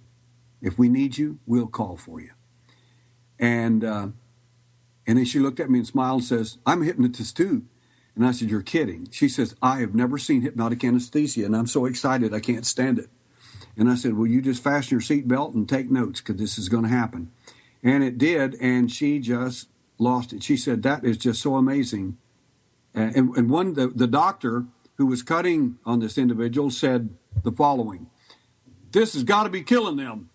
And the patient at that point moved. And I said, shut up. I said, you are a person in authority and respected. And I said, she's hearing, and he is hearing everything you're saying, every word. You think they're out cold, can't hear anything, do anything, don't know anything. That's not true. They hear everything more than you do. And from then on, I gave a prep talk to all our doctors before we ever did any surgeries. We had a brain surgeon present at one, and 2 cardiovascular surgeons. So I've used all kinds of interesting people in our implant surgery. All right, let's talk about the implant surgery. How many have you been involved in?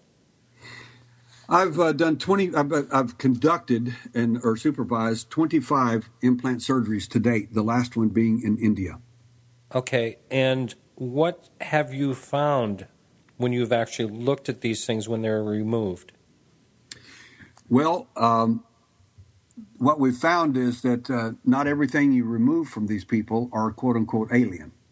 Uh-huh. And unfortunately, the Internet says something different, but the Internet doesn't know because it wasn't there. I was.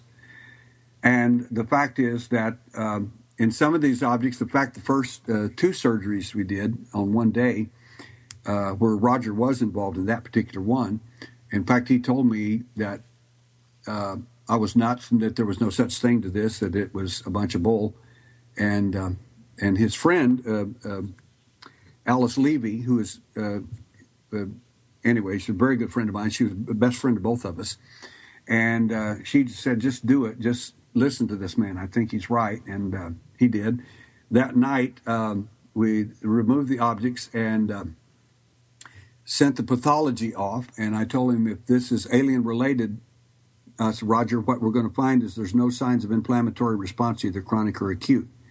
And there'll be the wrong kind of nerve supply there, and I just listed out four things, and the next day the pathology report came back from the doctor, said no signs of inflammatory response, either chronic or acute, and keratinous material surrounded the objects, which floored the pathologist. He says keratin's not found inside the body, so it doesn't make any sense how that could be. It's not found deep inside the body. It just isn't. So it couldn't have happened. And I said, well, it's been filmed with 17 people present, one lawyer, two doctors, and myself, and the patient, and witnesses, and nurses. And he said, I don't care who was present. He said, it can't happen. And it didn't. So that's why we film everything.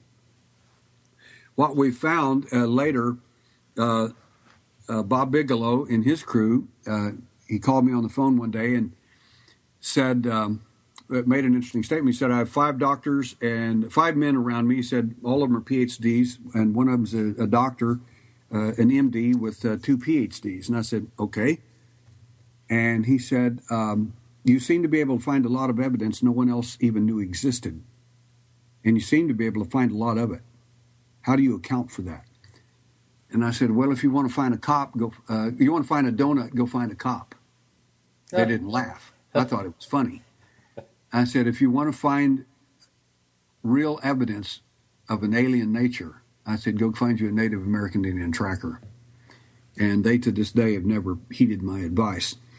The point is that the 18 scientists, we did a presentation in front of these 18 scientists, and they all agreed to fund our research. And I told them I wanted it done as a blinded study, and therefore no one would know anything involved in the research. And they took the 4 objects from the 2 people and sent it to Los Alamos, and Los Alamos did a excellent study. And then they sent it off to New Mexico Tech. New Mexico Tech did qualitative and quantitative analysis, and basically what they found ultimately is the materials were extraterrestrial in origin and from a rare meteorite, either the Widmanstatten or the Yautshung meteorite. Really? And everything was going real well until someone on our staff did something really stupid. They broke the rules, called Los Alamos and said, what did you find? And they said, who are you? And the individual said, I'm Dr. Roger Lear. And they said, who are you? He said, I'm the one that removed the alien implants from those people. And they ran for cover. We had reports changed and all kinds of stuff as soon as... my gosh.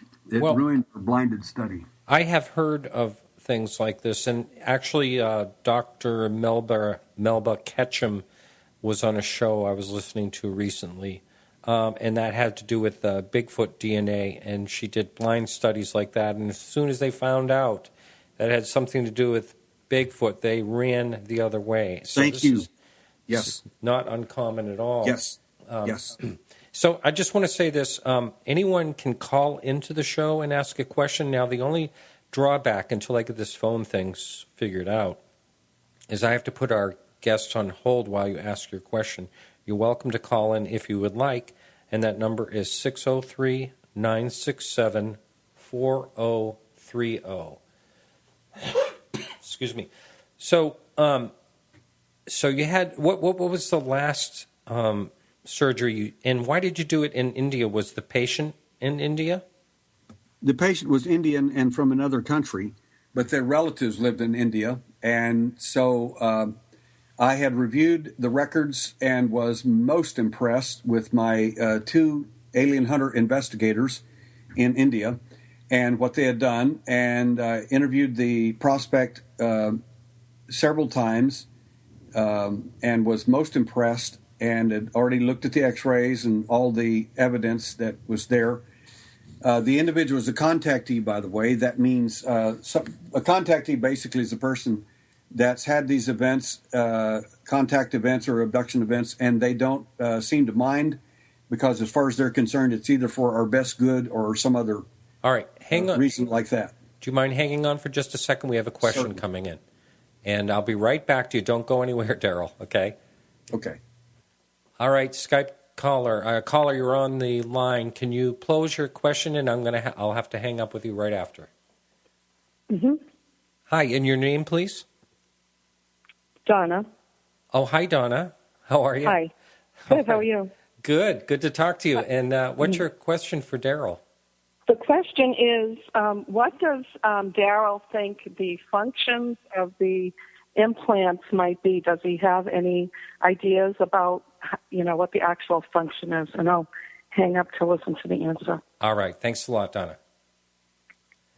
Derrel, Donna called in with a question. She wanted to know what you thought the actual function of the implants were and what you found out about that. We've found that, first of all, the implants are this is very important, and thank you for that question. What's very important is to understand that implants are extremely rare.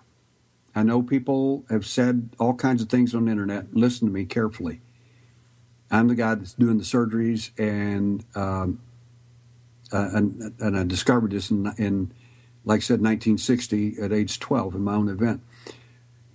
Implants are extremely rare. I don't know why, but almost every abductee I meet thinks they have one or want me to examine them or look at all their x-rays or whatever. I look at hundreds of x-rays every year and find almost no implants.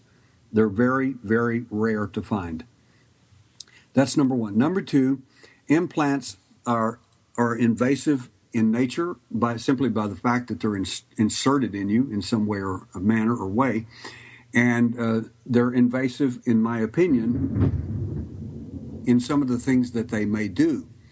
One of the things that we have discovered in some of the implants, they seem to suggest that some of them may be altering neurotransmitters like serotonin, dopamine, and even potassium. According to one neuropharmacologist, if that's true, Mr. Sims, whoever is running that show, a government, a doctor, or an alien, it makes no difference. They're pretty much in charge of your happiness, sadness, depression, or whatever. They own you. So that's one of the things that could be going on with implants. Other is that it may be used for a part of a process to upload or download data. I'm looking at the possibility of some of the implant phenomena involving itself in a pretty interesting and high-tech type of process in which fluorescence is involved, and it's called fluorescent DNA tagging. We think that there might be something to that too. But again, we're still studying this stuff. It is not a simple subject at all. Now, when you're saying we, can you explain who's involved? What type of, is there a team involved or something? There is a team involved in different levels of this stuff. Generally, what I'm currently, when I mentioned that some of the things we're doing quite private now, is we're assembling a team specifically to do some testing on a very interesting laboratory level, and it's going to be fast. It's fascinating in its concept, and rather than make a bunch of wild predictions of what we may or may not find, I'll just simply let you know as soon as if we find anything out. But we're going to do all kinds of different kinds of testing on all of the objects that I have independently, and then we're going to do them all at the same time just to see what happens. Okay. Now, if you just joined us, we're on with Derrel Sims, and Phil wanted to know what frequency and what was the bandwidth. Did you say something was transmitting a frequency? The neurotransmitters we were talking about, it's not a frequency in that regard. The DNA tagging that we think might be going on, we haven't proven that yet. It's a suspicion for different reasons. If DNA tagging is going on, it's going to require some pretty extensive testing to do this sort of thing. Some of these tests are over $14,000 a piece. Oh my I have God. 15 samples of DNA fluorescence from the alien already. It's what that translates to in our common thinking here tonight is that if you commit a felony in most states, they will take your DNA and they will fingerprint you. So they have two ways of identifying you. If there's another crime that occurs, they're going to run those crimes past this big DNA and testing that they have. We have the first quote-unquote fingerprints and DNA of an alien presence. We have about 15 samples so far. So that's pretty astounding to me, but it takes a huge amount of money to do this stuff. Wow. I can't even imagine. $14,000. So, and you've been actually self-funding this as you go along? I have, because I only have one complaint. I have never understood this, and this is a complaint that I think probably your audience would share with me as well. I'm amazed at how many people we have in the UFO community that have, and I'm not talking about the average person, I'm talking about a few people out there, and they're very, very wealthy or very well-to-do and have contributed nothing to this UFO field. And that just absolutely astounds me that people like myself are out here on a shoestring doing everything out of their own pocket and keeping their families broke just so that they can answer a question. So somebody says, well, when are you going to get that done? Whenever I get the rest of the money, probably. Now, you mentioned Bob Bigelow earlier. Is he helping out in any type of way with any of this? He funded our next 3 surgeries after the first 2 that I did in Camarillo. And he funded the next 3, and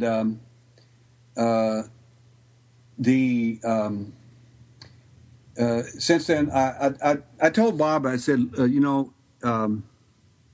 and we got along real well, and some people don't like him, and I got along real well with him. The thing is that he's definitely an information gatherer, and he collects it as fast as he can, apparently, and I could tell some stories, but I won't. But the point is that he owns an aerospace industry and a company, and he has an inflatable space station. And I mean, that's astounding. That, in my opinion, puts him out there past NASA. So he's doing real well. Mm-hmm. Right. Now, someone wanted to know, and you already spoke about this. Bobby, you just joined the show, so he already spoke that he did actually work with Dr. Lear, but Dr. Lear only actually performed one of the surgeries you said earlier, yes? That's correct. And anything on the foot he could do, anything other than that, he would be, obviously, he would get in trouble, and actually later he did. He ended up facing charges before the podiatry board of the state of California, and they busted him and took his license suspended his license for 3 years. And anyway, that's a sad story, and I don't want to get into all that. But sure. But he wasn't doing anything for a while, and that was another reason I also fired him, because he told me he didn't have any baggage whenever I took him on as a partner, and he had several lawsuits pending, and I didn't want to have anything to do with him at that point. Oh, I'm sorry to hear that. Yeah, seemed like a real nice gentleman. He's a real affable guy. Don't get me wrong. I always thought a lot of Roger, but sometimes he didn't always tell the whole story. But anyway, that's neither here nor there, and he's gone, and we're moving forward.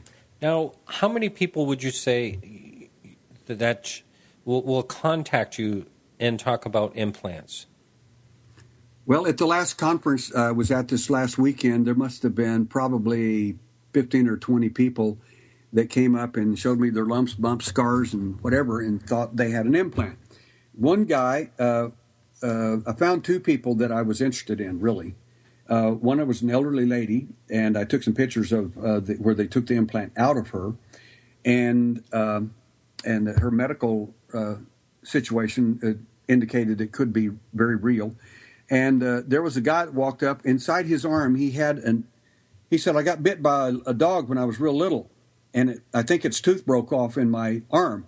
And he spins this thing around under his skin, That thing must have been a half-inch long, and it was huge. And it was one of the strangest things I've ever seen. The only other time I've seen anything like it is an implant that's in a lady's arm that's on my website, alienhunter.org. You can click on it and see the film of her in Brazil, and he had one like that in his arm, and he's turning it around, spinning it. And I said, what makes you think that's the tooth of a dog? He said, well, it has to be. And I said, okay. But you've had UFO events? Yeah. How do you know that's the tooth of a dog? He said, well, it must be. And I said, well, sometimes these are screen memories. These are imagery left with us that are not consistent with what happened. And it was the strangest looking thing I ever saw. That was a real interesting one. But there must have been at least a dozen that come up with the belief they had an implant, definitely. Wow. Now, what about the ones that people are... I think you mentioned Whitley Strieber.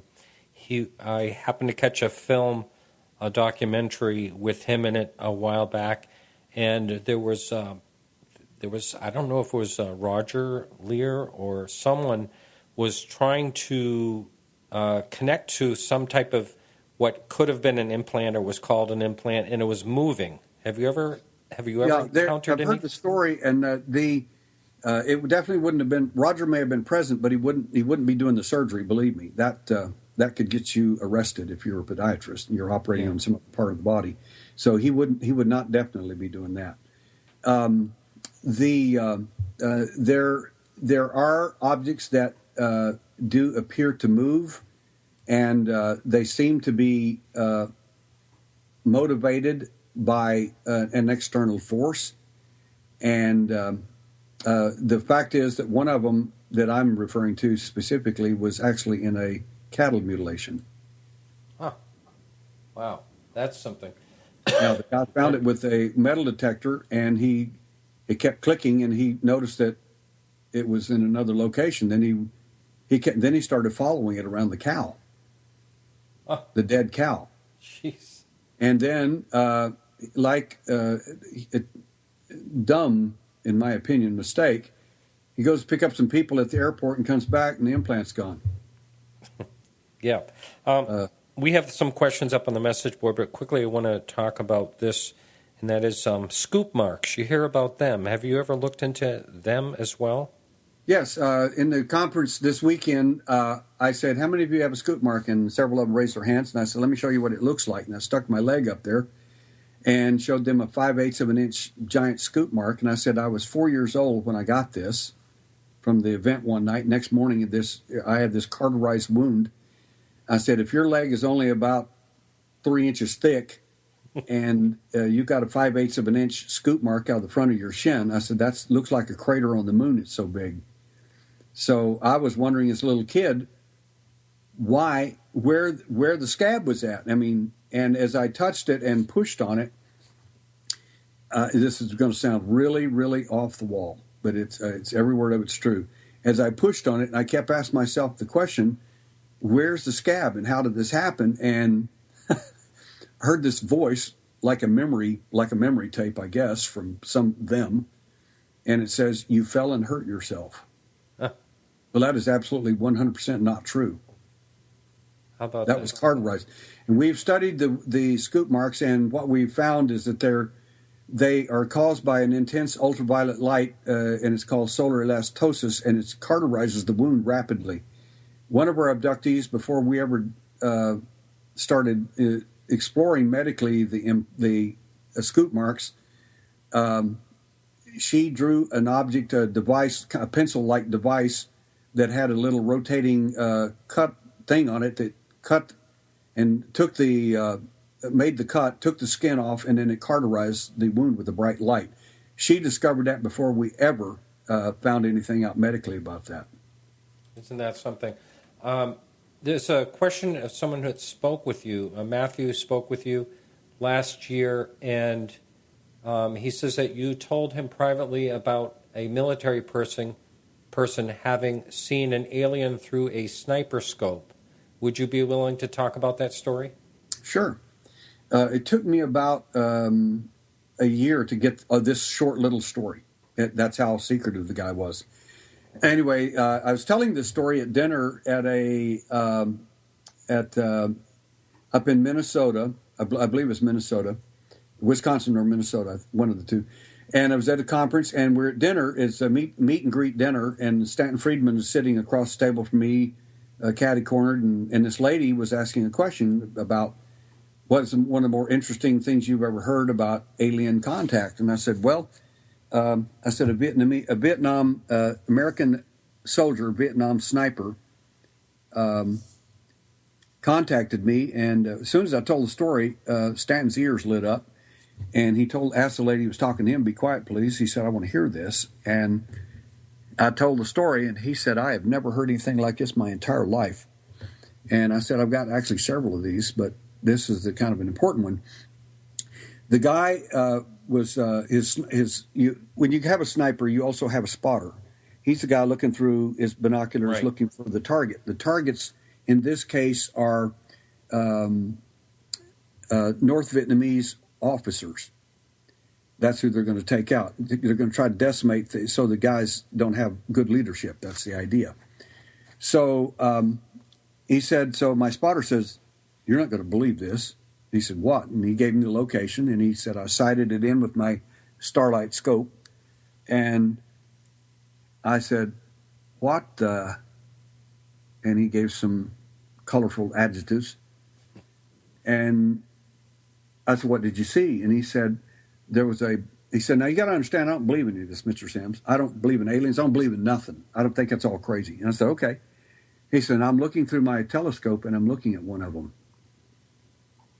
And he's in the midst of that meeting of a North Vietnamese officer and the other troops that are there. I said, were they all armed? He said, every one of them had AK-47s. I said, my next question, who seemed to be in charge of that meeting? He said, there's no question the bug was. Wow. And I said, what did you do next? The bug. He said, what I do for a living. He said, their head explodes just like everybody else's. And I said, I'm sure I would love to heard the conversation, how the North Vietnamese officer explained to his cadre and others of why bug juice, so to speak, was sprayed all over him and he wasn't shot, because everybody knows that he would be the first target. Nobody would miss that. So the second story I ever heard was fascinating. It was I was at a conference in this was in Denver, and a guy waited till everybody get finished talking with me, and he stood there for a while and says, I said, "You have a question or anything?" And he said, "I do." He said, "I don't believe in aliens and all that." And I said, "Okay, that's fine with me. I don't care." He said, "I'm a sight hunter." And I said, "I understand exactly what that is." And he said, "I was coming up over this little hill, and I saw something. I instantly saw something move, and I sighted in on it with my scope." And he said, "As soon as I saw it, I fired. I knew what it was." And he said, "But I couldn't believe it, but I shot it." I said, "What did you see in the scope?" He said, "A 7-foot praying mantis." Yeah. And I said, "Did you hit it?" And he says, "Mr. Sims, I'm a sight hunter, and I'm a good one. I never miss." He said, I fired. He said, "I saw the bullet hit, and I heard the report of when it impacted."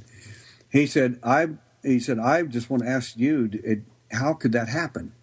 And I said, "What happened after that?" He said, "It disappeared. As soon as I shot it, it disappeared."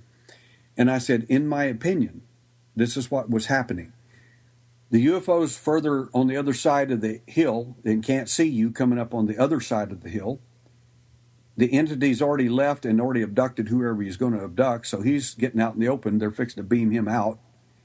At that instant, you come up over the hill, see him, pop him, and then they're trying to get him in as fast as they could because they see you at that point, and they can't get him in fast enough, and you ended up shooting it." And he said, "That makes a lot of sense." He said, "I just never could figure out how they could make a mistake like that." I said, "The mistake is the fact that they didn't see you." Now, what happened to these bodies of these things? Well, in the case with the Vietnamese, nobody's going to go down there and where you just fired a shot and go down there and see if anybody wants to shoot at you. You'll give away your position as a sniper. Nobody's going to do that. They just, I mean, this is in the evening time anyway, so he got splattered all over the darkness, basically. The second thing is, in the other case, there's a broad daylight with the guy shot, and he said just as soon as I shot and hit it, he said it disappeared. So I said I said I would have loved to have seen him up close and personal, and he said me too. He said I don't know what the thing was. He said I still don't know. Wow. And I said, well, these are beings, in my opinion, that are made, hatched, cloned, or manufactured for the purpose of interaction with mankind. And I said, you just simply shot one. I said, many people think they're sentient beings from other worlds and so on. I said, I have not found the slightest piece of evidence to support it. I said, in fact, when I asked people and questioned them, what'd your entity look like? And they said, oh, he had 3 fingers and he was wonderful or whatever. I said, okay, that's fair. How do you suppose you build a spacecraft with 3 fingers and no opposing thumb? Oh, well, they're just real smart. I said, you're not answering my question. I said, second of all, I said the guy's got an IQ about 85. It ain't going to happen. That's my point is somebody's doing it for them. All right. Chris up on the message board had this question, and he wanted to know, do you have any ideas about instituting protocol for the identification of abduction, ease, and collection of evidence? I do. In fact, I'm looking at my abduction case protocols from the alien hunter right now. Preliminary paperwork, releases, and forms. Abductee contact forms, if they fill out the paperwork, about a 20-page. And people ask me that this weekend, say, what is it like? And I said, we all have a UFO hat, don't we? By that, I mean, we're all into UFOs. We love the stories. We love all this. And I said, I call that our abductee or contact, or UFO hats, what I call it. I said, UFO hats are fun, but they've been fooled before. We've gotten fooled by people. We've been lied to, cheated, and told whoppers and things that weren't true. They said, well, that's true. And I said, okay. Having said that, I said, I have 7 hats that I wear whenever I do my work. One of them is my cop hat. And I said, when that hat gets put on, it doesn't get fooled like the abductee hat does. I said, it's kind of rough around the edges and a little intimidating. I said, when you're filling out that paperwork, I said, I'm watching your handwriting. I'm a handwriting analyst. I'm looking at your handwriting for exaggeration, for lying, for all kinds of things just in your writing. I'm also looking, I said, I teach on a college level how to determine whether people are lying or telling the truth. And I said, I'm watching everything about you while you're filling out your paperwork. You're going to do a series of drawings there for me, the 6 pictures in the symbolic profile part of that form. And I said, when you do that, I said, I'm going to know all kinds of stuff about you. So when you finish with that, if I hand you back your abduction papers and say, or whatever, and send you on your way, I don't believe a word nothing that you said. I said, that's pretty rare because we usually, when people fill that out, they know I'm going to catch them. And most people are very truthful about that sort of thing. So, yeah, I have standards for that. The preliminary paperwork, forms, releases, we do those, of course. And this goes into all the things I've talked about. And the secondary portion of that is the meeting where I re-listen to you tell your story. Usually it's on film because I'm going to review that over and over and over and look for all kinds of things. And then I'm going to give you an alien flip chart additional test. This is a visual flip chart where you see like what we do with what people who have have been assaulted by either rapist or murder, attempted murder, and things like that, and where people assemble their own face basically out of these flip charts. I do this with the alien, and I've got some fake ones in there too, so we like those. And generally, you'll see a visceral response if they get to their guy, if they really had an event, and they'll know who he is immediately as soon as they get him up there. And that's kind of important because 55% of your communication is your physiology. Right. 38% is your tone, pitch, and timbre of your voice. Only 7% is your words. Yes, I've talked to Ben Hansen. I got to meet him out in Phoenix, and we got into a discussion. You know, he's former FBI, and all the different parts of your body language just shows so many different signs, whether you're being truthful or not. It's pretty amazing. We do have a couple more questions, and one of them came up earlier. Can anyone see any of the filming anywhere of any of the surgeries for implants? They will eventually, because I'm going to start putting them up on our website. I do have the one of our surgery. I filmed everything when I was in India, and I had assistants assisting me with a broadcast quality small camera that I had. And but as of this moment, no. But the fact is, I quit selling my implant surgical video because I found a couple of people out. This is awful to say. They took my copyright off of it and sold it as if it were their own. And that really angered me, so I quit selling them altogether. Yeah. Well, I hear about things like that all the time. And one other person up on the message board wanted to know what you thought of David Jacobs' work. David Jacobs, I know David, and I think he's a very decent man. I met him in Brasilia, Brazil, the capital of Brazil. He waited while about 100 people waited in line to see me, and he walked up to me at the end in his time, and he said the most kind thing to me. He said, "Mr. Sims," he said, "I am embarrassed to say that I am not familiar with your work. And having done this work for about, 30, 40 years," he said, "I did not know there was evidence like that I just saw you demonstrate up there in your presentation." He said, "I had no idea." And I said, "Well, Dr. Jacobs," I said, "you have done some seminal work with Bud and Dr. Mack and others." And I said, "So I'm very proud of you." And his basic thesis is that we're being ravaged with hybridization and so on, and they're basically going to take over and do all of this.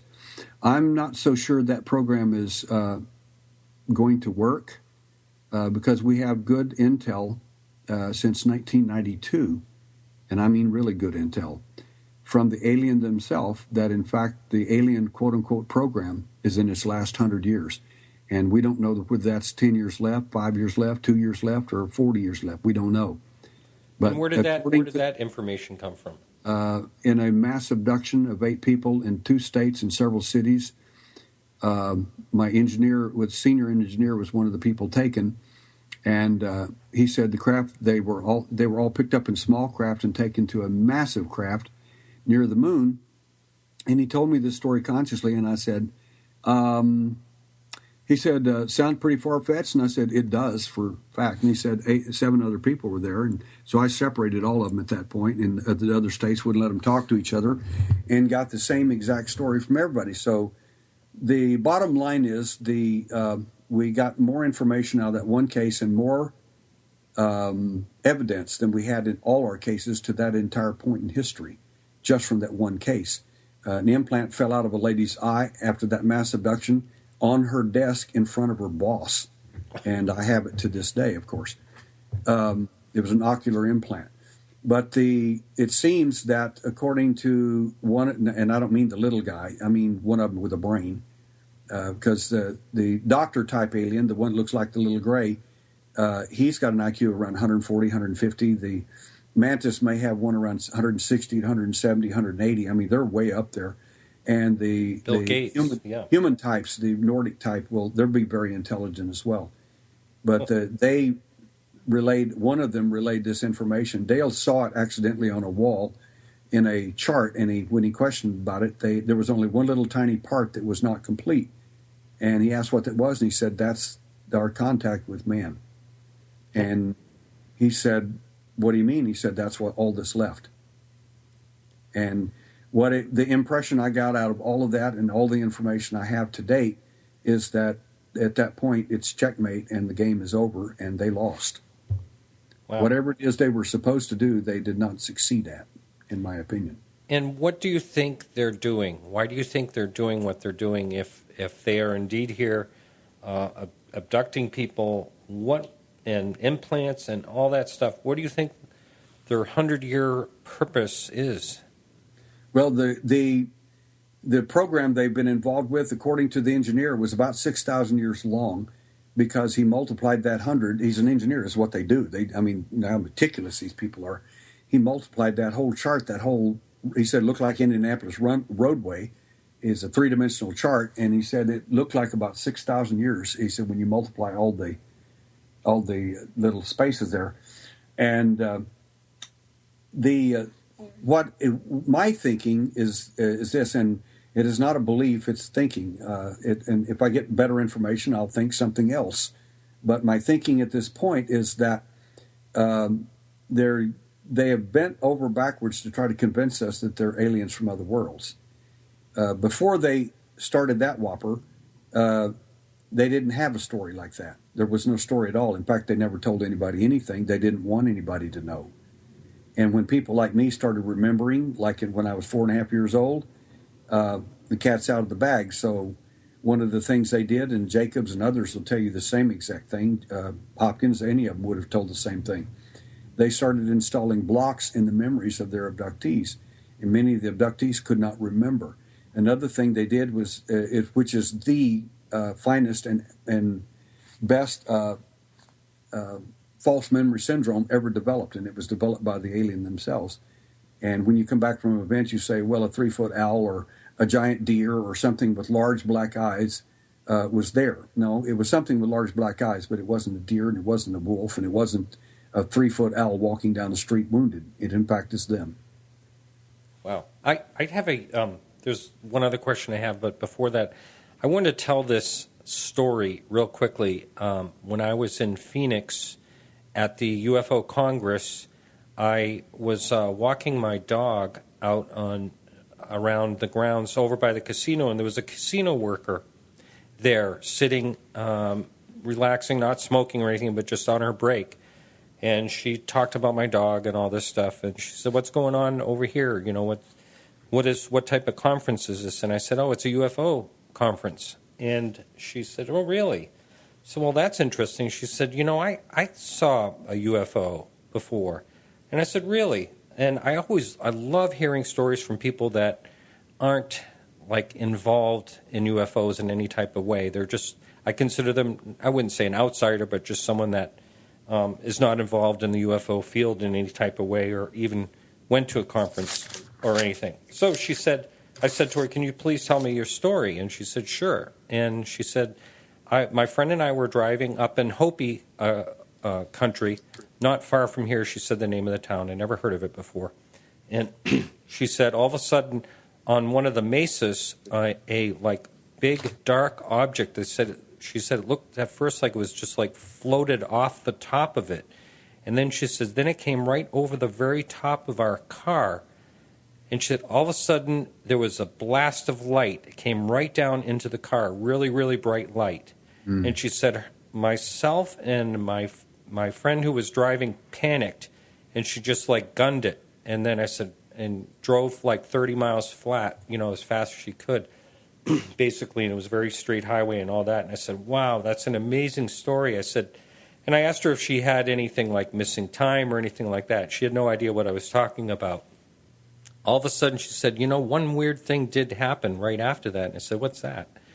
And she said, an owl as big as the car came down right at the windshield. I was like, oh, my God. So that was a story I heard out in Phoenix from a casino worker that just happened to be on a break, and I thought I'd share that with everyone.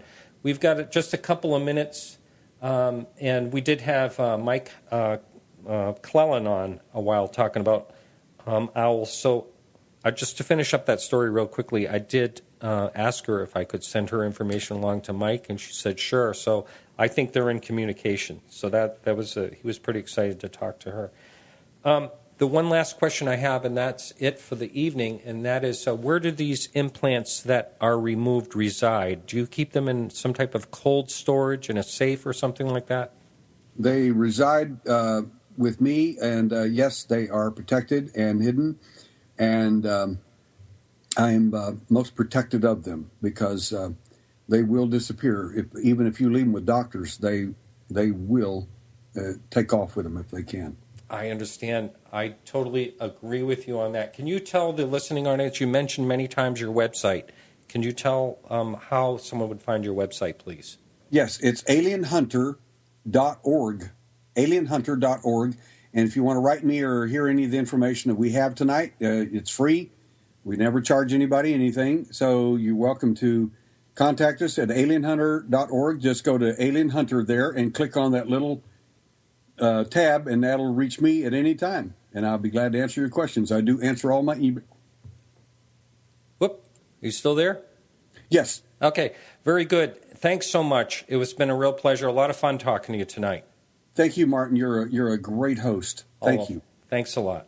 All right, everyone. So that's it for the show. I want to thank some people for helping out. Peggy Shunning for managing our Facebook page. Remember to like us on Facebook for all the latest UFO news. There's about 23,000 people on there. You can join them.